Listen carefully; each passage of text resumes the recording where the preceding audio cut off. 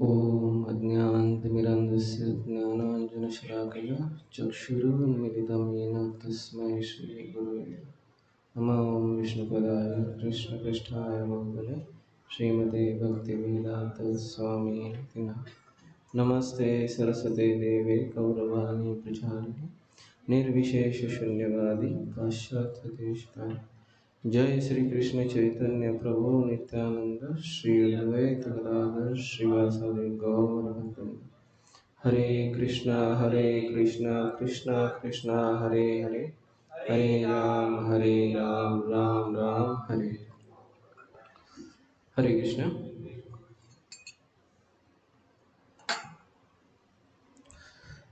स्वागत है आप सभी का हमारे आज के भगवद गीता के सायंकालीन क्लास में।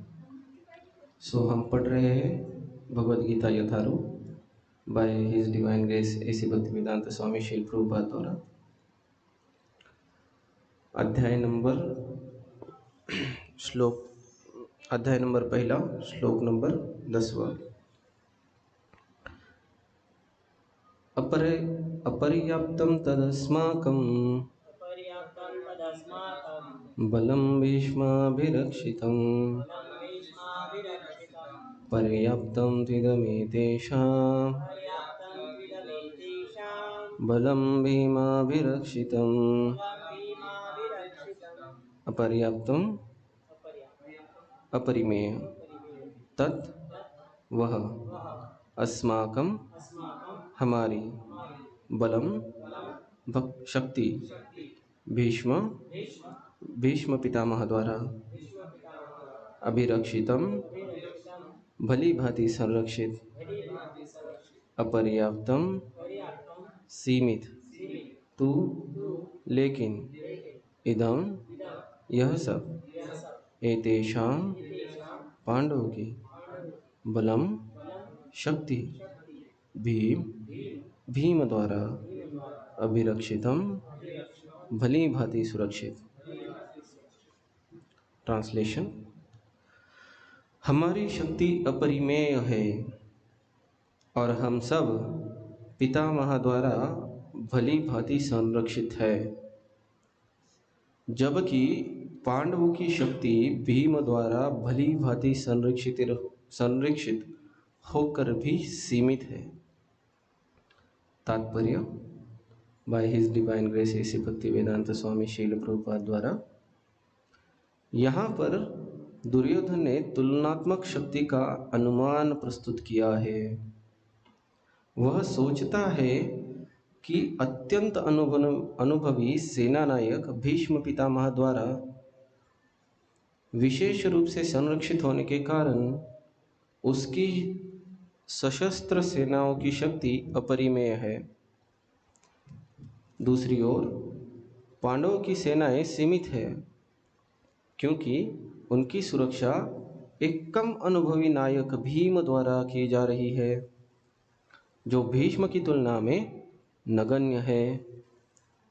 दुर्योधन सदैव भीम से ईर्ष्या करता था, क्योंकि वह जानता था कि यदि उनकी मृत्यु कभी हुई तो वह भीम द्वारा ही होगी। किंतु साथ ही उसे दृढ़ विश्वास था कि भीष्म की उपस्थिति में उसकी विजय निश्चित है, क्योंकि भीष्म कहीं अधिक उत्कृष्ट सेनापति है।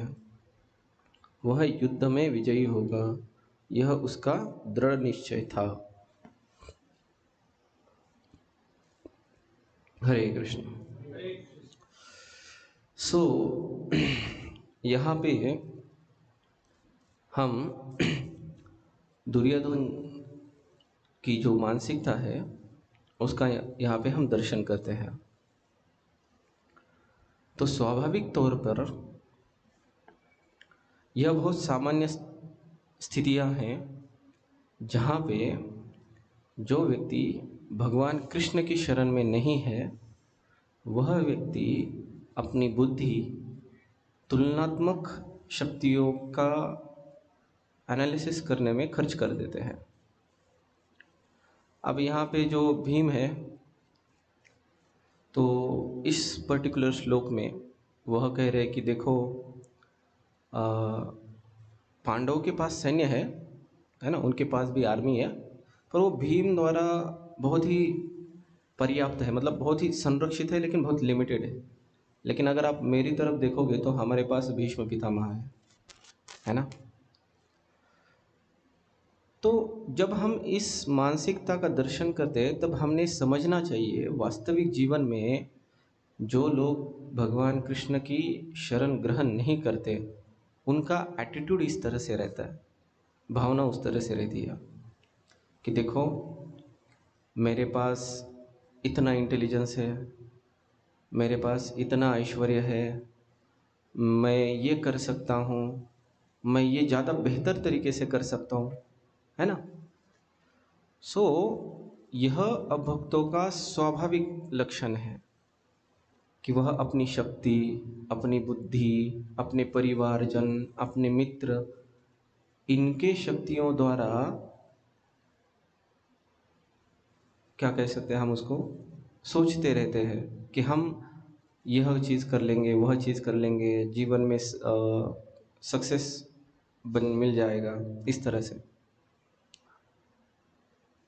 इससे परे अगर हम देखेंगे अर्जुन को, उनके पास एक ही योग्यता होती है, भगवान कृष्ण के ऊपर निर्भर रहना किसी भी स्थिति में। अगर हम इस महाभारत के युद्ध के पहले कितने भी अगर हम घटनाक्रम देखेंगे, फिर वह वनवास हो गया, अज्ञातवास हो गया, या फिर जब दुर्योधन और अर्जुन जी जो है वह द्वारका में चले जाते हैं नारायणी सेना तथा कृष्ण कृष्ण और बलराम की सहायता के लिए, तब भी हमें बार बार यह इस चीज़ की अनुभूति होती है कि अर्जुन जो है या फिर पांडव जो है वह सिर्फ और सिर्फ कृष्ण के ऊपर किसी भी प्रकार से आश्रित होना चाहते हैं। वो किसी भी प्रकार की तुलनात्मक स्थिति का वर्णन या तुलनात्मक स्थिति का कभी भी वह बखान नहीं करते, जिस प्रकार से दुर्योधन यहाँ पे कर रहे हैं, है ना।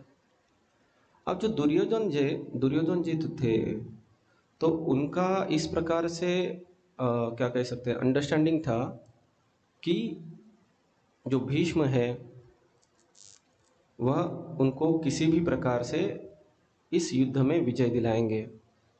क्योंकि अगर भीम और भीष्म जी का अगर कंपैरिजन देखोगे तो भीष्म बहुत ही शक्तिशाली सेनापति थे, है ना। तो इसमें अगर किसी भी तार्किक दृष्टि से देखा जाए तो यह संभव नहीं था कि 5 पांडव जीत जाएंगे। अगर हम कैलकुलेशन करेंगे, ओके इनके पास इतने सैन्य है, मुट्ठी भर सैन्य था कहा जाता है ऐसा पांडवों का, और कौरवों का सागर जैसा सा विशाल सैन्य था। अगर सेनापतियों की बात करें तो कौरव के पास भीष्म, द्रोणाचार्य, कृपाचार्य, कर्ण, विकर्ण ऐसे बहुत ही महारथी शक्तिशाली व्यक्ति थे, है ना।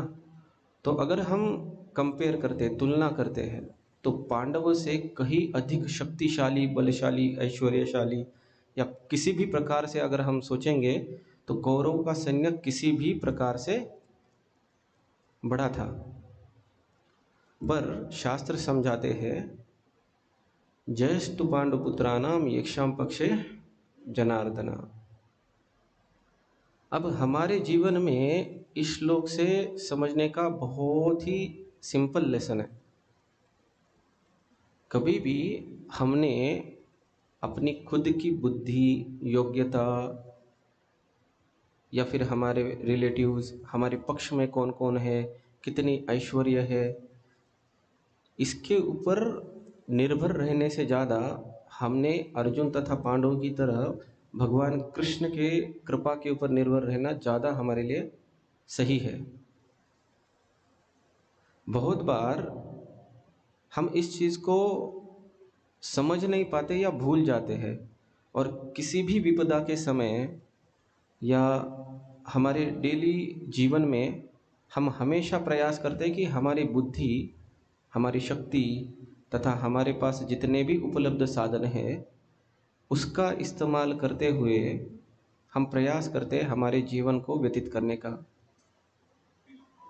लेकिन जितने भी भक्त हैं, जितने भी संत हैं, वह हमें बार बार सिखाते हैं कि किसी भी स्थिति में, चाहे वह सुख हो या दुख हो, हम भगवान कृष्ण की कृपा के ऊपर निर्भर रहना चाहिए,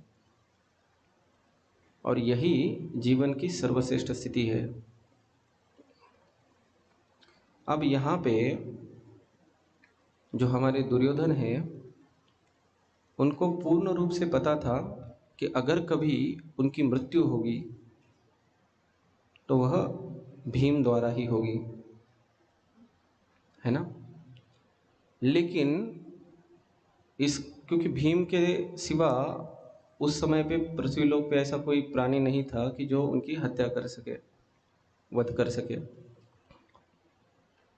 लेकिन उन्हें भीष्म के ऊपर काफ़ी विश्वास था कि भीष्म जी जो है वो किसी भी प्रकार से इस युद्ध में उनको जीत दिलाएंगे,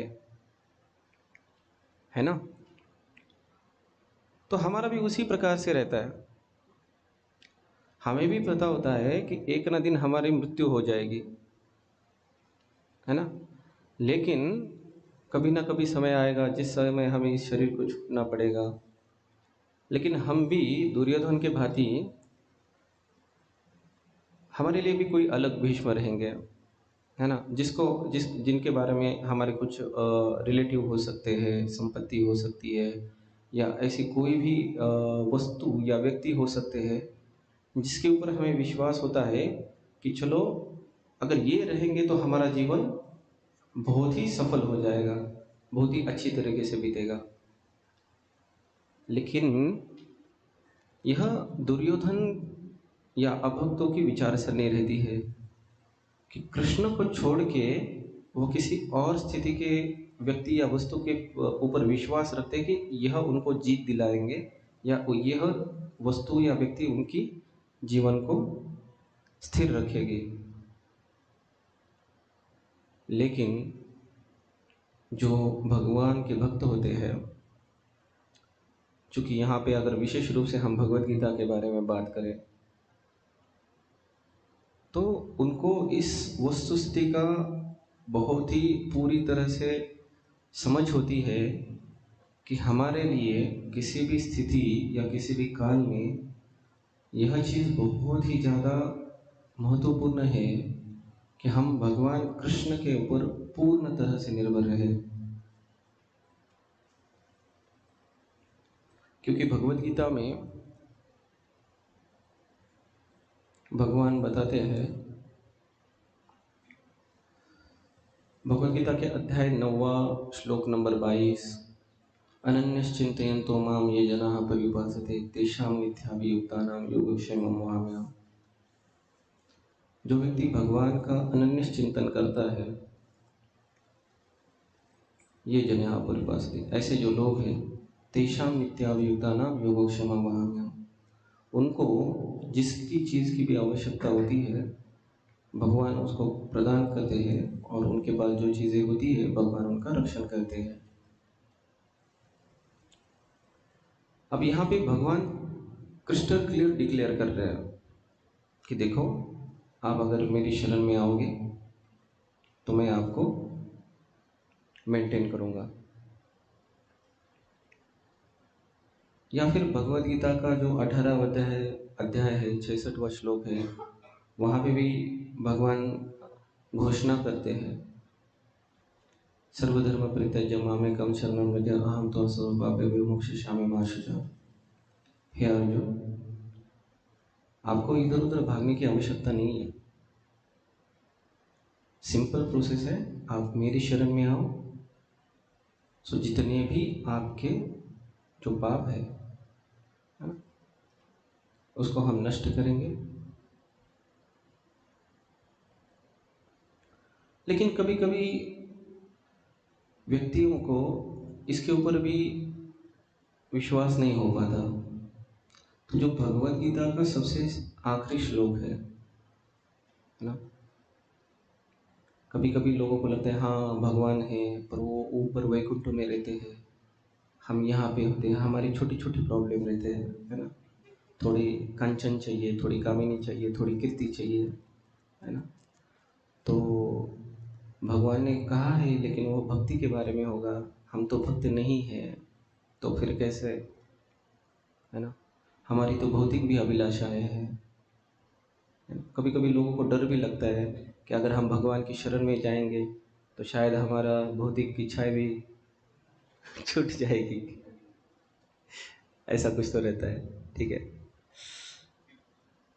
संजय जी जो है वो भगवत गीता के सबसे आखिरी जो श्लोक है 18वां अध्याय का, वहाँ पे बताते हैं, यत्र योगेश्वर कृष्ण यत्र पार्थ धनुर्धर तत्र श्री विजयो भूति ध्रुवा नीति मतिर्मम। संजय कहते हैं, यत्र योगेश्वर कृष्ण, जहाँ पे भगवान कृष्ण है, यहाँ पे भगवान कृष्ण है ना, यह भी भगवान कृष्ण है। क्योंकि भौतिक जगत में भगवान कृष्ण, भगवान हमारी भौतिक जगत में व्यक्ति, उनका नाम, उनके शब्द अलग अलग रह सकते हैं, लेकिन आध्यात्मिक जगत में भगवान खुद, भगवान का नाम, भगवान के शब्द, भगवान की लीलाएं सब एक रहते हैं। तो यत्र योगेश्वर कृष्ण, सो यहाँ पे कृष्ण है, आप सबको दिख रहे हैं? यह पूर्ण पुरुषोत्तम भगवान कृष्ण है। कौन है यह? कौन है? तो अगर कोई आपको पूछता है कि आपने कृष्ण को देखा क्या, तो आप कह सकते हो कि हम तो डेली उनके साथ रहते हैं। कृष्ण आपसे बात करते हैं क्या? हाँ, डेली बात करते हैं। क्या बात करते हैं, है ना? तो ये जो भी बात करते हैं, यत्र योगेश्वर कृष्ण यत्र पार्थ धनुर्धर। पार्थ धनुर्धर मतलब अर्जुन जैसा शिष्य होना चाहिए। अर्जुन जैसा शिष्य, अर्जुन जैसा शिष्य मतलब जब बहुत सारी भगवत गीता हो जाती है तो अर्जुन कहते हैं नष्टो मोह सुतर्लब्धा तत्प्रसादान मयाच्युत स्थितोस्मि गत संदेह करिष्ये वचनम तव। माय डियर कृष्णा, मेरे सारे मोह नष्ट हो चुके हैं, सारे नष्ट। तत्प्रसादान, आपकी कृपा से। अगर कोई व्यक्ति किसी भी प्रकार से भगवत गीता को समझने का प्रयास करता है, वैसे तो आप सभी बहुत ही भाग्यशाली जीव है। वास्तव में लाखों करोड़ों करोड़ों करोड़ों करोड़ों व्यक्तियों में से आप चुनिंदा लोग हो, ऐसा भगवत गीता बताती है। बहुनाम जन्मनाम हन्ते ज्ञानवाम माम प्रपद्यन्ते, है ना? लाखों करोड़ों करोड़ों करोड़ों जन्म होने के बाद कुछ व्यक्तियों को ज्ञान प्राप्त होता है। वासुदेव सर्वमिति स महात्मा सुदुर्लभ। और उनमें से भी कुछ लोगों को समझ में आता है कि भगवान वासुदेव ही सब कुछ है, उनकी वाणी ही सब कुछ है। स महात्मा सुदुर्लभ, ऐसे महात्मा बहुत ही ज्यादा दुर्लभ है। अगर आप देखोगे पूरे औरंगाबाद में कितने सारे लोग रहेंगे, लाखों करोड़ों कुछ तो ऐसे, और यहाँ पे कितने हैं? So you are very very special and auspicious people according to Bhagavad Gita, है ना? सो अगर हम भगवद गीता के मैसेज को समझते हैं तो क्या हो जाता है? नष्टो मोह स्मृतिर्लब्धा तत्प्रसादान मजते। हे अच्युत, आपकी कृपा से मेरे सारे मोह नष्ट हो गए हैं, है ना? स्थितोस्मि गत संदेह, सब प्रकार के संदेह नष्ट हो चुके हैं और मैं स्थिर हो चुका हूं। जिसके मन में डाउट है उसने समझना चाहिए कि उसको भगवत गीता पढ़ने की आवश्यकता है। कभी जीवन में अगर किसी भी प्रकार से हमारे कार्यों के प्रति, हमारे जीवन के प्रति या किसी भी चीज़ के प्रति संदेह है तो हमें समझना चाहिए कि हमें और भगवत गीता गंभीरता से पढ़नी चाहिए। स्थितोस्मि गत संदेह, भगवत गीता समझने के बाद व्यक्ति स्थिर हो जाता है, उसको किसी अन्य चीज़ की आवश्यकता नहीं रहती। भगवद गीता में ऐसा श्लोक है, अगर आप भगवद गीता का पढ़ोगे तो मोह कलिल से आप परे हो जाते हो। स्थितोस्मि गते संदेह, और उसका आउटपुट क्या रहता है? करिष्ये वचनं तव, आप जो बोलोगे वो हम करेंगे, नो डाउट। यहाँ पे भगवान बता रहे हैं मेरी शरण में आओ, शरण में चले जाएंगे। भगवान मेरे अनन्य चिंतयन्तो माम, चिंतन करना शुरू करेंगे। यहाँ पे दुर्योधन बता रहे हैं कि ऐसा है वैसा है, तो ये गलत बात है, तो हम वो नहीं करेंगे। हम हमारी बुद्धि तथा क्या कह सकते हैं उसको, एनालिसिस के बल के ऊपर, तुलनात्मक दृष्टि का उपयोग करने से अच्छा भगवान के ऊपर निर्भर रहेंगे।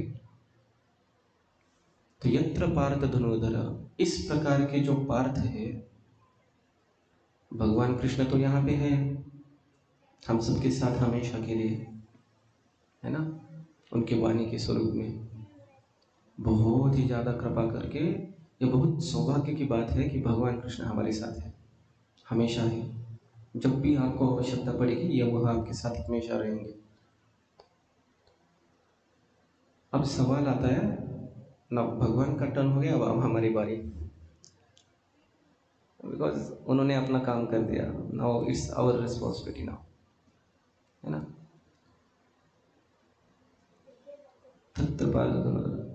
तत्र वहाँ पे जहाँ पे भगवान कृष्ण की वाणी है और वहाँ के उनको फॉलो करने वाले अगर पार्थ जैसे शिष्य है, यत्र योगेश्वर कृष्ण यत्र पार्थ, तत्र वहाँ पे श्री, श्री समझते हो,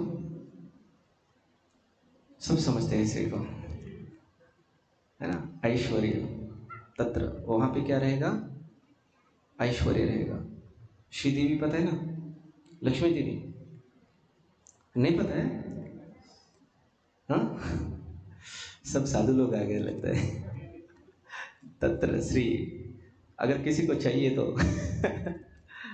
भगवान कृष्ण की शरण में जा सकते हैं। ऐसा तत्र श्री विजयो, विजयो माने विक्ट्री, जो भी आप कार्य करोगे उसमें यश मिलेगा, है ना। तत्र विजयो, तत्र श्री विजयो बुद्धि ध्रुवा, बुद्धि ध्रुवा मतलब अलौकिक शक्ति। आप ऐसे ऐसे कार्य करोगे जो सामान्य मनुष्य नहीं कर सकता। और नीति, और ऐसे नहीं, नीति से मिलेगी हर चीज, किसी का ऐसा लूट पाट के तोड़ ताड़ के। मतिर्ममा, मतिर्मम मतलब संजय कहते ये मेरा मत है, मतलब संजय जी का मत है ना। और इसकी हमें पुष्टि संजय जी का मत उन्होंने कब बताया था, युद्ध के पहले बताया था ना, भगवत गीता युद्ध के पहले हुआ, है ना। तो यहाँ पे पांडव थे, यहाँ पे कौरव थे, दोनों का युद्ध होने वाला था।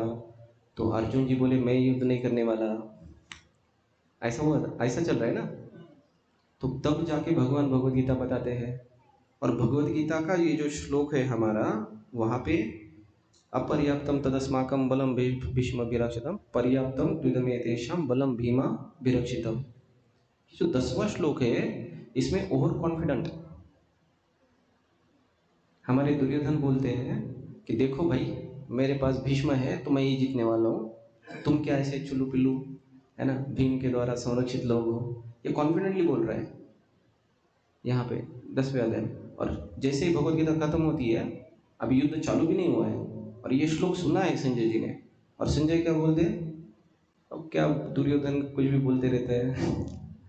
जहाँ पे कृष्ण रहेंगे, जहाँ पे अर्जुन रहेंगे वहाँ पे विक्ट्री रहेगी, ऐसा वो बोलते हैं। और देखो युद्ध होता है तो हम देखते हैं पांडव का श्री भी रहती है, विजय भी रहता है ना। उनके पास अलौकिक शक्ति का मतलब इतने सारे लोगों को, सबको वह मार डालते हैं, है ना। तो इसलिए इस श्लोक से हमारे लिए बहुत ही महत्वपूर्ण लेसन्स है कि कभी भी किसी भी कीमत पे हमें कृष्ण छोड़ के किसी और का आश्रय ग्रहण नहीं करना है ना। ये दुर्योधन समान हो जाएगा फिर, जैसे दुर्योधन को भीष्म पितामह उनकी पार्टी में आ गए तो उसको लग रहा था कि मैं जीत जाऊंगा जीत जाऊंगा जीत जाऊंगा, कहाँ पे भीष्म पितामह, कहाँ पे भीम, ऐसा वो हमको बता रहे हैं। पर ये हमारे लिए अच्छा है क्योंकि हमको पता चलता है कि अगर भीष्म भी आपके पक्ष में रहेंगे, अगर भविष्य में कृपाचार्य भी आपके पक्ष में रहेंगे, द्रोणाचार्य भी आपके पक्ष में रहेंगे, या किसी को भी उठा के लाओ अगर इनसे ऊपर कोई है तो, आपने कभी देखा है तो। लेकिन अगर कृष्ण आपके पक्ष में नहीं रहेंगे, अगर कोई व्यक्ति कृष्ण की शरण ग्रहण करता है तो उसी व्यक्ति का विजय निश्चित है। यह संजय जी का भी मत है, इसको हमने देखा भी युद्ध के अंत में क्या हुआ। इसलिए किसी भी स्थिति काल परिस्थिति में हमारे लिए सिर्फ एक ही व्यक्ति की शरण लेना सबसे ज़्यादा हितकारक है। और वह कौन है? सुनाई नहीं दे रहा है, कौन है? हाँ, कृष्ण है ना? सो इसलिए हमें किसी भी स्थिति काल परिस्थिति में भगवान कृष्ण की शरण ग्रहण करनी है। तो यह हमारे आज का श्लोक का कंक्लूजन है। दुर्योधन की तरह किसी भी अन्य वस्तु या व्यक्ति की शरण ग्रहण करना किसी भी प्रकार से योग्य नहीं है, इस श्लोक में दुर्योधन बताते हैं। ठीक है, तो दो प्रकार से सीख सकते हैं। कुछ लोगों से सीखना चाहिए क्या करना है जब हम साथ में रहते ना, और कुछ लोगों से सीखना चाहिए क्या नहीं करना है ना? तो अर्जुन से सीखना चाहिए क्या? क्या? अर्जुन से क्या सीखना चाहिए? क्या करना है। और जैसे दुर्योधन के कुछ लोग आते हैं ऐसे और कॉन्फिडेंस वाले, तो उनसे क्या सीखना है? क्या? तो जैसे दुर्योधन कृष्ण छोड़ के इधर उधर भाग रहे थे, तो अगर हमारे जीवन में हम कृष्ण छोड़ के अगर इधर उधर भागेंगे तो हमारे जीवन में सिर्फ और सिर्फ पता है आपको क्या होने वाला है ना? तो इसलिए ज़्यादा एक्सपेरिमेंट लाइफ में अब तक बहुत सारे एक्सपेरिमेंट कर लिए हमने, उसका फल भी हमें पता है क्या है करके। इसलिए अब जब प्रभुपाद जी ने भगवत गीता दी तो ज़्यादा एक्सपेरिमेंट नहीं करने का, बस हो गया अभी, है ना? इतने सारे जन्म ले लिए, इतने सारे अभी तक दिमाग लगा लिया अपने जीवन में, क्या मिला हमको पता ही है। तो इसलिए सबसे अच्छी अवसर है तुरंत तक भगवान कृष्ण की शरण में जाने का। खत्म, ठीक है? हरे कृष्ण। किसी का कोई प्रश्न?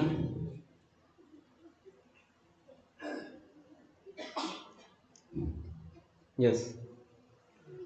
हरे कृष्ण, बहुत बहुत धन्यवाद। आपने बहुत ही अच्छे तरह से समझाया कि किस तरह से हमने भगवान कृष्ण के ऊपर निर्भर रहना चाहिए। Thank you for that. पर प्रभु जी, कभी कभी क्या होता है कि निर्भरता क्या हमारे अंदर आलस निर्माण करती है कि हम बहुत सारे जो कार्य हमने करने चाहिए हम समझते कि भगवान देखेंगे। ऐसी अवस्था से कैसे बचें? सी, बहुत सुंदर क्वेश्चन है और इसका बहुत प्यारा जवाब है। कभी कभी कुछ कार्यों के लिए जब हम भगवान कृष्ण के ऊपर निर्भर हो जाते हैं तो हमारे प्रभु जी का कहना है कि हमारे मन में आलस्य निर्माण होता है और शायद हम कुछ चीज़ें नहीं करते। तो इसी का दूसरा अर्थ यह होता है कि कुछ कार्य हम करते हैं, है ना? भगवत गीता में भगवान एक जगह बताते हैं, प्रकृति ही क्रियमाणानि गुणे कर्माणि सर्वशः अहंकार मूढ़ात्मा कर्ताहमिति मन्यते। इस स्थिति को बहुत समझना बहुत जरूरी है हमारे जीवन में। प्रकृति ही क्रियमाणानि गुणे कर्माणि सर्वशः मतलब वास्तव में इस धरातल पे जितने भी व्यक्ति हैं, जो भी कार्य हो रहे हैं, वह वास्तविक में प्रकृति के 3 गुणों द्वारा पर कंप्लीट किए जाते हैं, कार्य किए जाते हैं, है ना? प्रकृति ही क्रियमाणानि गुणे कर्माणि सर्वशः। अहंकार विमूढ़ात्मा, अहंकार से ग्रसित विमूढ़ आत्मा मतलब विशेष रूप से मूढ़ आत्मा करता हम इति मन्यते, उसको लगता है कि मैंने किया, है ना? तो कोई भी कार्य वो किसी भी स्थिति में हो, भौतिक हो या आध्यात्मिक हो, वह वास्तव में प्रकृति के 3 गुणों द्वारा भौतिक कार्य किया जाता है। और अगर हम आध्यात्मिक कोई कार्य करते हैं तो कृष्ण की कृपा द्वारा किया जाता है। भगवान बताते हैं अर्जुन कि हे अर्जुन, इनको सबको मैंने ऑलरेडी मार दिया है, आप निमित्त मात्र रहो। अब जब हम भौतिक स्थिति में कार्य कर रहे हैं कोई, तो वो यह हमें समझना चाहिए कि प्रकृति के 3 गुणों द्वारा कंडक्ट हो रहा है। और जब आध्यात्मिक जीवन में हम कोई कार्य कर रहे हैं, कोई आध्यात्मिक सेवा है, तो यह समझना चाहिए कि कृष्ण की दया से यह कार्य हो रहा है, क्योंकि भगवान भगवद गीता में ददाति बुद्धि योगम तम। तो फिर सवाल आता है प्रभु जी का, आलस्य का, तो फिर हम आलसी क्यों ना हो जाएंगे? आलसी कैसे हो जाएंगे? कभी कभी आलसी बन जाते हैं। और इसलिए करिष्ये वचनम तो बहुत महत्वपूर्ण होता है ना? इसलिए यह लाइन बहुत महत्वपूर्ण है। नष्टो मोहो स्मृतिर्लब्धा तत्प्रसादान् मया चित्तः स्थितोऽस्मि गतसन्देहः। तो जो व्यक्ति इस स्थिति को प्राप्त करता है, उसके पास जीवन का केवल, अगर आध्यात्मिक जीवन के बारे में बात कर रहे हैं हम, एक ही, वास्तव में एक ही उसके जीवन का लक्ष्य रहता है, करिष्ये वचनम तव। जो हमें इंस्ट्रक्शन मिले हैं उसको जितनी हमारी शक्ति बुद्धि, जितना भी जो भी हम समझते हैं उसको करना, तो वह आलस्य नहीं कहलाएगा। और चूंकि हम शरण में हैं गुरु महाराज जी के, तो अगर कभी हम आलसी बनेंगे तो वह हमें बताएंगे कि आप आलसी बन गए हो, तो ज़्यादा चिंता करने की आवश्यकता नहीं है ना?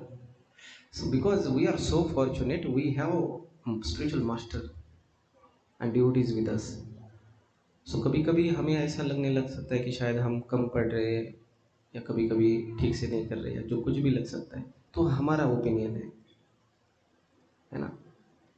सो हमारा जीवन का हर एक डिसीजन लेने का जो, क्या कह सकते हैं, रिस्पॉन्सिबिलिटी, अधिकार है, वो हमारे स्पिरिचुअल मास्टर का है। तो अगर हम कभी आलसी हो रहे हैं या कोई कार्य ठीक से नहीं कर रहे, तो वो हमें डांटेंगे, तो उसके बारे में चिंता नहीं करना है। ठीक है। सो अगर कोई आध्यात्मिक जीवन में अगर कोई कार्य हमसे संपन्न हो रहा है, तो वो कृष्ण की कृपा से हो रहा है। अगर भौतिक जीवन में कोई कार्य कर रहे हैं हम, हमको लग रहा है हम कर रहे, तो वह माया देवी हमसे करवा रही है। और कोई कार्य करते समय अगर हमें लग रहा है आलस आ रहा है, तो गुरु महाराज जी हमारी रिस्पॉन्सिबिलिटी लेंगे। तो इसलिए सभी प्रकार से हमने निश्चिंत रहना है। बस कभी अगर इंस्ट्रक्शन मिले तो बस करिष्ये वचनम तो करते रहो बस। ठीक है। हरी हरी। किसी को और कोई प्रश्न?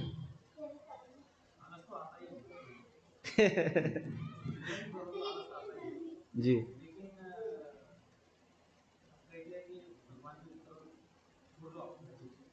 लेकिन कुछ टाइम ऐसा होता है कि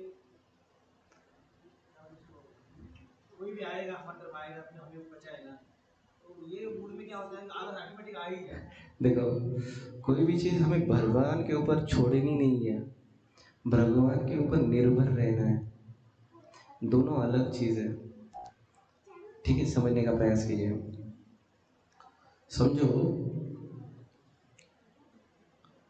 अगर जीवन में हम कोई कार्य कर रहे हैं, अगर वास्तव में, या कोई संकट भी आ जाता है हमारे ऊपर, तो जैसे द्रौपदी के ऊपर संकट आया था, है ना?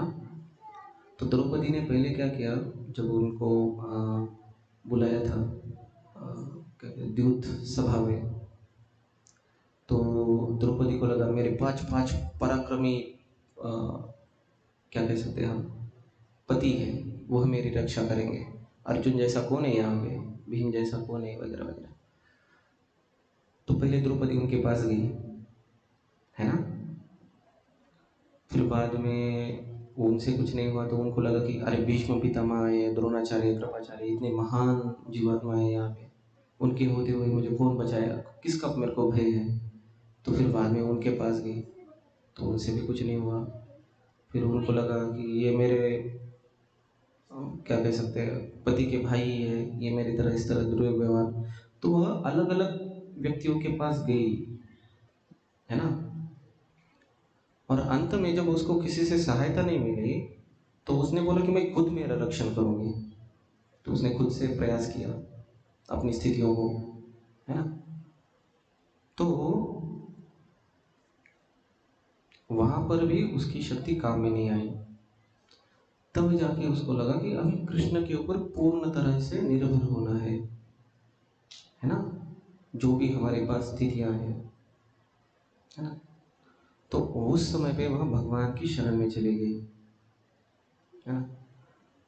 तो उसने ऐसे नहीं बोला हाँ कृष्ण मेरे साथ ये हो रहा है तो आप देख लो आपको क्या करना है, ऐसे नहीं, है ना। भगवान बोलते शरण में आ जाओ, तो मतलब ऐसे नहीं कि सारा मेरे ऊपर छोड़ दो, तुम कुछ भी मत करो। क्योंकि अर्जुन को वैसे तो भगवान ने बोला इन सबको मैंने ही मार डाला है, पर आप फिर भी निमित्त मात्र रहो, या फिर आप युद्ध भी करो और मेरा नाम भी लो, मतलब भक्ति भी करो और बहुत मेहनत भी करो। तो जो व्यक्ति जब करिष्य वचनम तव की स्तर पे आ जाता है, तो उसके जीवन का एकमात्र लक्ष्य रहता है कि वह अपने गुरु महाराज को संतुष्ट कर सके। जीवन का एक ही लक्ष्य रहता है, और आपको गुरु महाराज को संतुष्ट करना इतना आसान नहीं है, आप कभी प्रयास करके देखो। सॉरी, है ना। तो हमारे जीवन का लक्ष्य होना चाहिए कृष्ण तथा गुरु महाराज की सेवा करें यथाशक्ति, और उसमें बहुत बहुत मेहनत लगता है। तो हम आलसी बनाने के लिए नहीं बोल रहे कि भगवान के ऊपर निर्भर रहो, है ना। हम कह रहे हैं कि किसी और व्यक्ति के ऊपर किसी संकट काल में या किसी भी स्थिति में निर्भर रहने से अच्छा है कृष्ण की पक्ष में रहो। नहीं तो कभी कभी हमको लगेगा हाँ ठीक है ना, ये बचा लेंगे वो बचा लेंगे, है ना। जीवन में अगर ये रहेंगे तो कृष्ण नहीं रहेंगे, तो कभी कभी ऐसा लगता है ठीक है ना, अगर संपत्ति है, पोजीशन है, मेरे सगे सोरे हैं, तो लाइफ कितनी मस्त है, क्या चाहिए और, परफेक्ट लाइफ। कुछ कुछ लोगों का ऐसा डेफिनेशन रहता है, घर बंगला गाड़ी और बीवी या पति अगर कोई रहेगा तो, बच्चे अच्छे, पैसा बहुत सारा, तो एकदम परफेक्ट लाइफ, ऐसा रहता है कुछ कुछ लोगों। तो ऐसा नहीं होता है वास्तव में। जिनके पास ये सारी चीज़ें हैं उनको पता है, ठीक है। सो जिनके पास कृष्ण नहीं है कोई नहीं बचा सकता, ठीक है ना। तो हमारा कहना है कि दुर्योधन की तरफ ओवर कॉन्फिडेंट नहीं होना है मटेरियल चीज़ों के ऊपर, इससे ज़्यादा है कृष्ण के ऊपर निर्भर रहे और गुरु को संतुष्ट करने के लिए कार्य करें। तो बहुत मेहनत लगेगी वहाँ पे, आलसी कभी नहीं बन सकते हम वहाँ पे, ठीक है। तो आप सभी का धन्यवाद शांति से सुनने के लिए। हरे कृष्ण।